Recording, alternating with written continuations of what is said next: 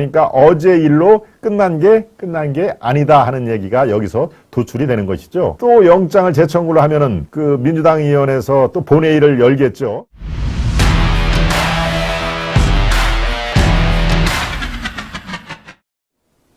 체포안 부결에도 검찰이 이재명을 곧 기소를 할 예정이다.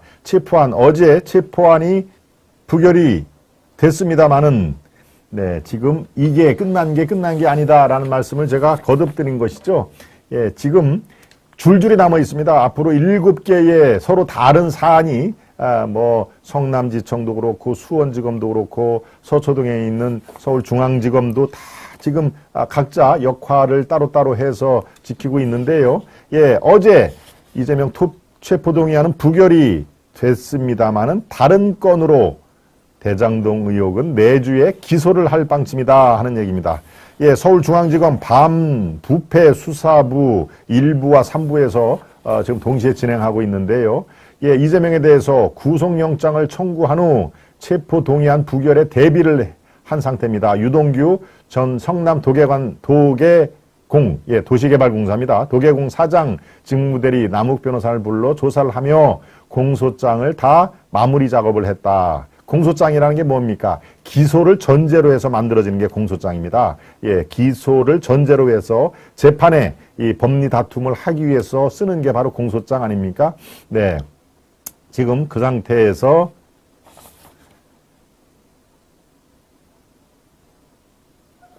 서울중앙지검 입장을 다시 한번 간략하게 정리를 하겠습니다. 법원의 구속영장 신문 절차가 아예 진행될 수도 없게 된 점, 이게 어제 국회에서 부결이 됐기 때문에 아예 신문 절차가 진행될 수도 없게 된 점에서 매우 유감스럽게 생각한다라고 하면서 보강수사와 함께 현안에 대한 수사를 엄정하게 진행할 것이다. 즉 무슨 얘기입니까? 불구속 기소를 하겠다는 얘기입니다. 불구속 기소. 구속에 필요한 체포 동의안은 민주당의 폭거로 일단 부결은 됐습니다만은 기소에는 두 가지가 있죠. 신병을 확보한 다음에 기소를 하는 구속 기소와 그 다음에 신병 확보는 아니고 집에서 왔다 갔다 그렇지만 재판은 반드시 치러야 하는 불구속 기소가 두 가지가 있는데 구속 기소는 불발이 됐기 때문에 바로 불구속 상태에서 기소를 하겠다. 대장동 의혹 관련된 내용입니다.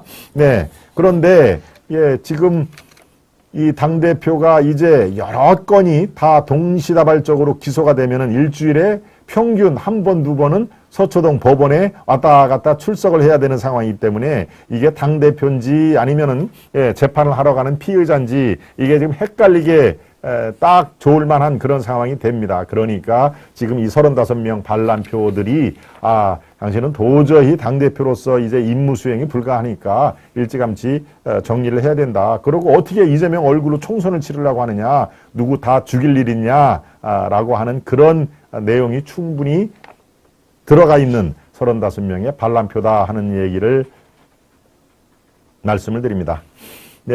벌금 100만 원만 떨어져도 대선 출마 자격이 박탈됩니다. 그렇습니다. 선거법 위반 등 아주 중차대한 그 사범에 대해서는 선거법 위반 100만 원 이상의 벌금, 징역형도 아니고 100만 원 이상의 벌금이 대법원에서 확정이 되면은 이거는 선거에 나갈 수 없는 상황이 됩니다. 출마 자체가 박탈이 되는 것이죠. 참정권 자체가 참정권도 발퇴하고 피참정권 즉 어디에 출마하는 것도 이 박탈이 되는 그런 상황이니까요. 지금 이런 이재명의 7개의 이런 또 배임, 횡령, 액수 이런 걸로 봐서는 그래서 제가 지난 3월 9일 대선이 있고 나서 3월 10일 바로 이 11시 김동완의 하이파이브에 그래서 말씀을 드린 겁니다. 이재명이 4년 뒤, 5년 뒤에 민주당 대선 후보로 또 발탁이 되고 대통령이 될 가능성은 얼마다? 제로다.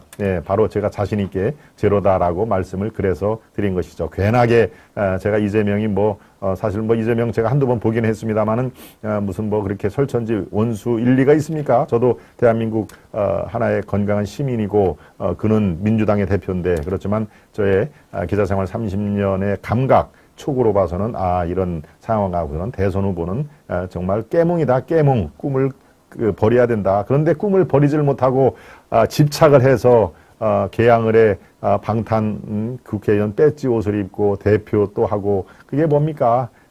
민주당의 자업자득입니다. 그런 사람을 대선으로 뽑고 또 뭡니까? 예, 당대표로 뽑고 하는 자업자득이기 때문에 뭐 내전 상태도 지금 어쩔 수가 없는 자기들이 뭐 선택한 그런 상황이니까요.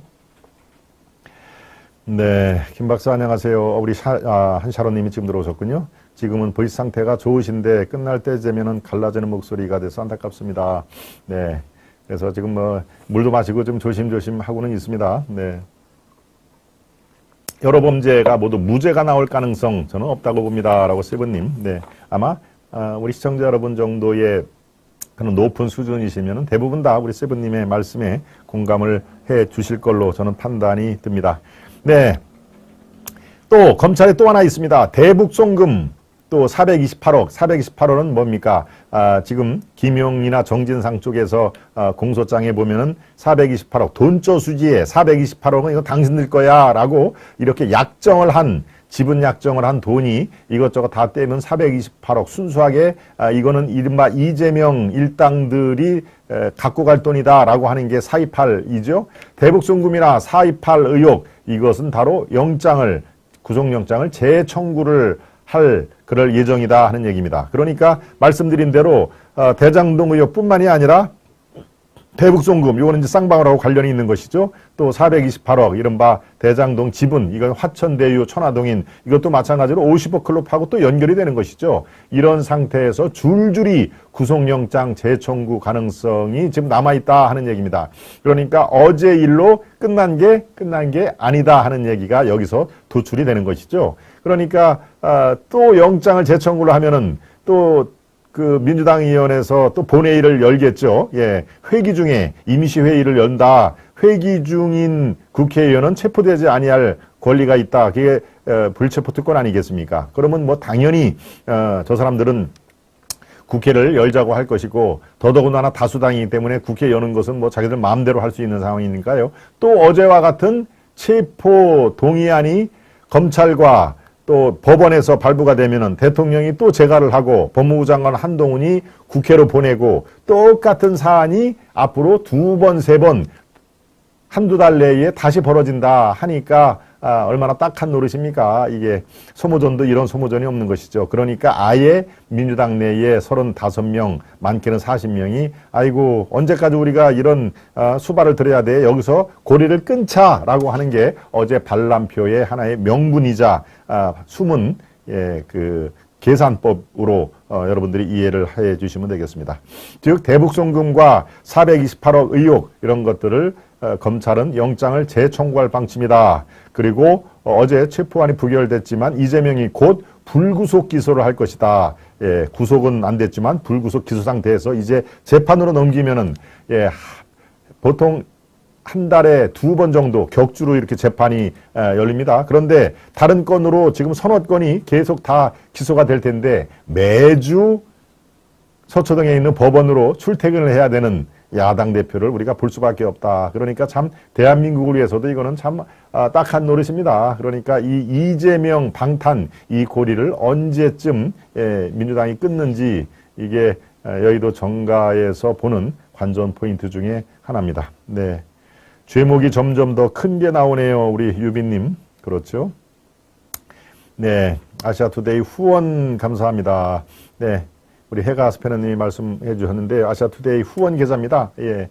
후원 계좌. 저희들은 뭐 1인 유튜브는 아니고요. 아시아투데이라는 17년 된 아주 대한민국의 종합 일간지 서울중앙에 있는 중앙일간지고 신문부수도 꽤 넉넉하게 발행을 하고요. 1인 유튜브는 아닙니다. 그렇지만 또 여러분들이 또 후원 계좌를 만들어서 공개를 합시다라고 해서 한 12월, 1월, 2월, 3개월 됐네요. 3개월 전에 이렇게 아시아투데이 후원 계좌를 만들었으니까요. 예, 후원에 관심 있는 분들 이렇게 참고를 해 주시면 되겠습니다.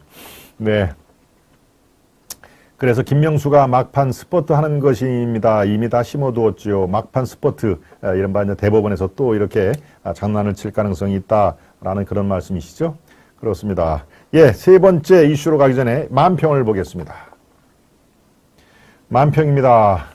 압도적 부결을 할 것이다 라고 하는 게 어제 그저께 계속 민주당의 원내대표들이 강조를 한 것이죠. 이번에야말로 민주당이 똘똘 뭉쳐서 압도적인 부결을 할 것인다. 그런데 압도적으로 부결이 됐나요? 정말 가까스로 오히려 찬성표가 한 표가 더 많은 가까스로 부결을 했는데, 예, 어제 한동훈 장관이 비유를 해서 얘기를 했죠. 10만 원에 판 100만 원짜리 휴대폰이다. 꽝꽝꽝 하니까 민주당이 대거 이탈표가 됐다.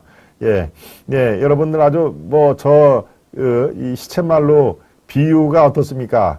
예, 비유가 아주 쉬운 비유를 했습니다. 이게 100만 원짜리, 요새 웬만한 이 스마트폰이 다 100만 원 또 120, 30만 원 하는데, 저 100만 원짜리 휴대폰에 이 주인이 따로 있고, 거기에 일을 하는 직원이 이거를 몰래 자기 친구한테, 야, 이거 100만 원짜리 휴대폰인데 너한테 좀 싸게 살게. 헐값에 그냥 넘길게. 10만 원에 사.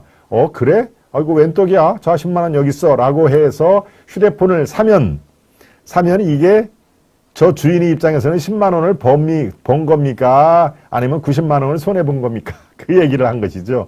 아니, 100만 원짜리 휴대폰을 그 이상으로 팔아야 이게 돈이 남는 그 장사인데, 자기 아는 사람들, 이른바 대장동 일당들하고 짬짬이가 돼서 짝짝꿍으로 해서 10만 원에 팔면, 이 주인, 휴대폰의 주인은 가게 주인이지만, 저 대장동이라든가 이런 건 다 우리 국민이죠. 국민. 또 유권자들이 사실상의 주인입니다. 그럼 우리 국민들 입장에 봐서는 10만 원에 돈이 들어왔으니까, 이거 10만 원 벌었네 라고 좋아해야 되느냐? 무슨 얘기냐? 100만 원짜리를 10만 원에 팔았으면 90만 원을 앉아서 손해보는 건데, 라고, 예, 정말 아주 알기 쉽게 얘기를 한 상태인데, 아마 이게 민주당이 대거 이탈을 하는데, 약간의 공헌을 했을 것이다, 라고 그렇게 추정을 하고 만화를 그렸죠.